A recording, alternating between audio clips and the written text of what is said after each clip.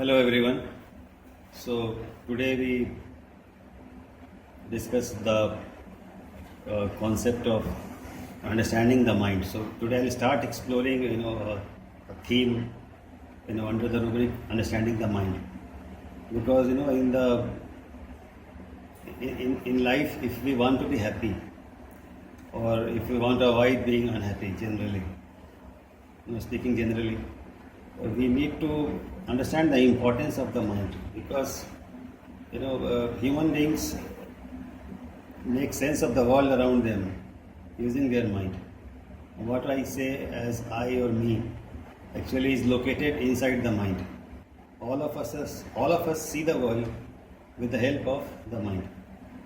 So generally, most of us have this illusion that the world that we see outside is kind of objective in nature alone. Like, if I am in a room and you are in the same room, we tend to assume that we are in the same room. But is it true? Is the room only objective in nature, or is there something which or is there an aspect of this perception which is colored by the mind, which each one of us has? What I am trying to say, two different people sitting in the same room, do they see the same room, or do they see the rooms colored by their mind? So that is the idea. So if you see, a person who is generally positive in mindset, he tends to perceive everything in a positive manner. I remember a particular experience from my life earlier, where I was once taking a dinner at a hotel with a couple of my colleagues, and I, for example, was enjoying the dinner and I felt it's a very good dinner.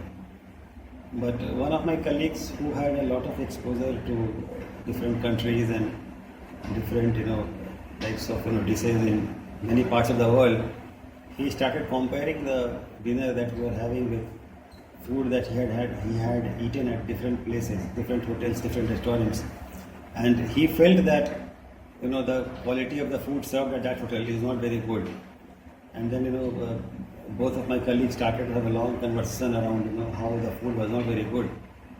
But to my mind, I was not able to relate to that, because I kind of enjoyed the food. Maybe because I had much more limited exposure to food being served in different places in different parts of the world. So when they asked me, like, what is your perception, then I kind of told that the food seems to be okay to me, but yeah, obviously, it could have been much better. I tried to evade, using a diplomatic answer. But then in my mind, I was thinking that, how fascinating it is that the same food which we are eating appears different to different people. I was enjoying the food, and these people were not enjoying it so much as me. So obviously, the minds, played a major role in perceiving the quality of the food. So the idea is that the world that we see outside is not only objective in nature, it is also subjective in nature, which is basically a result of the unique attitude or preferences or past experiences of different people. They being different, their minds also are kind of different. So the perception is colored by the quality of the mind, or the way the mind is constituted. So another interesting example which comes to my mind is that let's say there is a butcher and there is a poet, and they both are in a mountainous area where they happen to see a sheep or a flock of sheep grazing the grass along a mountain slope. So if the poet sees the sheep, he feels very inspired. He feels like writing a poem. This whole scene of the mountain, the waterfalls in the background, the greenery, the sheep, and the sheer beauty of this place, touches his soul, and he feels like writing a poem or singing. But the butcher, to his mind, the sheep, when he sees, he only sees the mutton in the sheep. He starts imagining how much mutton he will get if he cuts the sheep to pieces. You see, so again you see this example. The reality is not only objective in terms of sheep or the valley or the mountain or the river or the whole scenario. So a poet in the same situation feels inspired, feels divines creativity, and he gets in an ecstatic mood. But the same reality, when a butcher perceives, he only sees the mutton, that he will get from the sea. So we can clearly see that the reality that people create, out of the same setting is created, by the mind also. Mind has a great role to play in this creating the reality. So the first insight which I want to share today in exploring this mind is that mind plays a major role in creating our subjective world, our personal world. And so we can say that, as is the mind, so is the life. I mean, this is a very important insight. It tells us why we should work upon our mind. In the subsequent videos, I will generally try to answer, some fundamental questions. Why is this mind important? Why we are paying so much importance to mind? Because one major reason is that without the mind, you cannot create a reality. Reality is not only objective in nature, which all of us share, but reality is also subjective. So in a way, each person's world in which he lives is not only outside, it's also inside. I as the subject, I as the me, or I as the I in me, create my own life, create my own world. So that is something which I wanted to share, the first point. Now, when I say reality is subjective, actually I am referring to each person's perception. Perception is very important because see, perception, sets the kind of thoughts that come to us. The perception sets the kind of attitude that we have towards different objects. Perception sets the kind of emotions which arise when we see different stimuli. So, if I categorize mind into basically two types, I mean, in an overgeneralization, let's say that if I say some people have a positive mind, some people have a kind of a negative mind, and then for a positive person, it perceives mind in an optimistic manner. And as a result, a positive person's mind kind of tends to generate positive thoughts. He generally tends to feel, positive emotions because of the positive perception, positive thoughts, which is coming from a positive kind of mindset.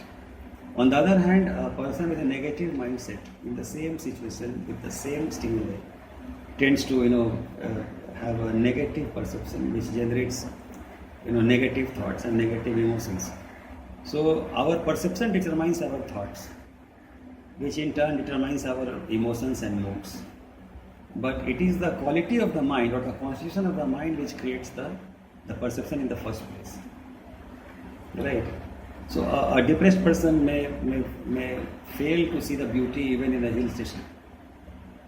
He may still keep on producing the same kind of sad thoughts even in a very beautiful surroundings. Maybe a depressed person starts to miss even more the happier moments of the past when he is in a very good or pleasant environment, right? Because his mind is not in the present moment, which is so beautiful. His mind is basically going back to the past beauty and starts thinking in terms of what he is missing or what was needed for him to be able to enjoy this current beauty in the environment. So unless those conditions are met, he or she cannot enjoy the current environment, even though it's very beautiful. So it's a peculiar mindset that this person has, which prevents him from enjoying this current moment. On the other hand, an optimistic person, even in a slightly poorer circumstance, is able to find the positive elements in that circumstance. So and if you place him in the same scenic environment or beautiful environment, he is able to basically feel very happy and enjoy the moment, because his mind is more in the present moment and is able to appreciate what gifts are being showered upon him or her by the fate or circumstances. So idea is that optimistic people or positive people tend to feel happy more often than not, and pessimistic people generally always find defects, weaknesses, or things which are lacking in nature, which keeps them in a pensive mood. So the basic insights that big insight that we can derive from this discussion so far is that as is the mind, so is the life. So if we want to be happy, we need to create a well-tuned and happy mind. And if you want to avoid misery, or if you want to avoid unhappiness and unhappy thoughts, we need to create a well-tuned and positive mind. And then the vice versa is also true. So it tells us that happiness is not only a result of good fortune, it is also a result of a well-tuned and positive mind. Now, so this brings us to the idea that we need to create a very good attitude towards life if we want to be happy. And attitude is something which can be developed with effort, with training, with the right kind of understanding. So, to my mind, the perfect kind of attitude, if we look at, what is a perfect type of attitude? Is there a perfect type of attitude? And can we cultivate it consciously? So actually, there are two sets of ideas which I want to share with you. And both these ideas are like kind of complementary in nature. They both need to go together if we want to create a very good attitude.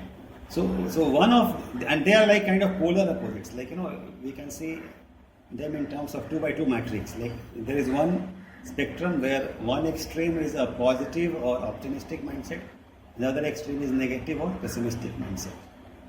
So as I already discussed, a negative or pessimistic person will tend to remain in a negative mood more often than not, and a positive and optimistic person is going to be in a happy mood more often than not, generally. But then this is not enough, because some half-baked or inexperienced teachers tend to oversell the idea of positivity. They say that you always need to be optimistic, you always need to have a positive mindset if you want to be happy. And they will say happiness is a choice. You can choose to be happy despite the hardships, etc., etc., etc. But I think that this is not a complete idea, because only with a positive mindset or extreme positive mindset, what we can call over-optimism, there is one flaw. The flaw is that in life sometimes real problems come.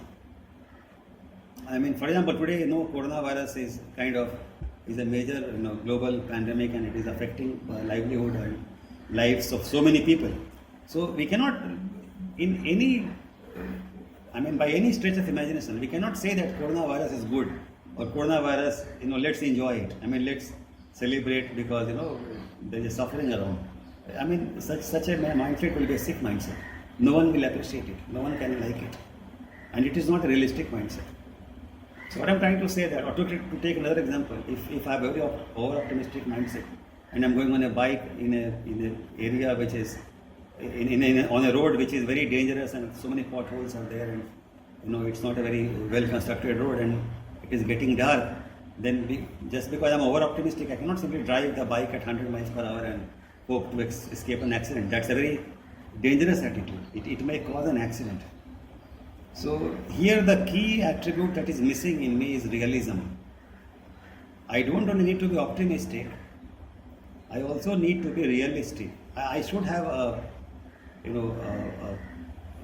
ability to perceive the real problems, the real challenges, which life also throws at us from time to time.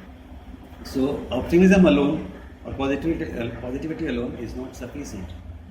We need another set of attitudes or perspectives to balance this optimism. And so basically, if you see, there are two types of people, generally, broadly speaking, who correspond to the optimistic and the pessimistic respectively. So, and these are needed attributes to balance and to make this attitude more holistic and more practical, so to speak. So one is, one set of people is who perceive the reality in order to understand. So these people, if they are faced with a challenging situation or a problematic situation, they try to understand first, they try to find the root causes of the problems, They try to think in terms of what they can do to solve the problem, to resolve the issue, right? Which is a healthy attitude, right? On the other hand, people who are like kind of more negative in nature, or who give up very easily, or who have a negative mindset, they tend to perceive a situation in order to judge, or to criticize, or to condemn, or find faults with, or to shift blame, right? So you will have seen people who will try to always find faults with others, try to find fault in situations, who will not make effort to uplift themselves or improve their situation, because they tend to think that they are victims of fate, or some devil, or some god, or some circumstance, or some past situation, or something which over which they don't have control, and they use this mindset to kind of shift blame upon others for their misery or their bad situation. So obviously, if you want to be happy, you need to avoid the second type of mindset. This mindset of perceiving to judge, perceiving to blame, perceiving to criticize. If we have this habitual way of operating, then there is no way we will find happiness in life. So we need to create if we look at this as a 2x2 matrix, so the positive or a better attitude will be a blend of both these qualities. One is a generally positive or optimistic attitude, and blending with that, this habit of perceiving a situation in order to understand, in order to find solutions if it's a problematic situation. Because see, in life you may have positive and you have negative experiences, but the negative experiences, they should not defeat us. They should trigger our creativity, they should trigger our resilient attitude, or trigger our resilience, so that we are able to grapple with it and find solutions and not give up in despair. Right? So on the other hand, if we have a negative mindset and we by default go into the mode of criticizing and finding faults and shifting blame, etc., then we always have this delusion that we are like puppets being controlled by things from outside, which obviously is not true. In fact, a major difference between people who succeed in life and people who fail in life is this particular difference. Or even the difference between people who are over optimistic and dreamers and impractical people and who don't end up achieving much, and those who are positive in attitude and still are able to remain realistic enough in order to create real solutions to real problems and hence succeed in life, is this basic difference. This ability to blend both qualities. One which is to remain optimistic and positive in the face of challenges, and two, when they face negative experiences, the ability to process these negative experiences so that they can learn and grow from those experiences, and also to be able to think constructively so that they can create solutions to meet the situation. So this development of the perfect attitude, which is a combination of these two particular perspectives towards life, is where I want to end today's talk. So thank you once again for watching. Have a good day.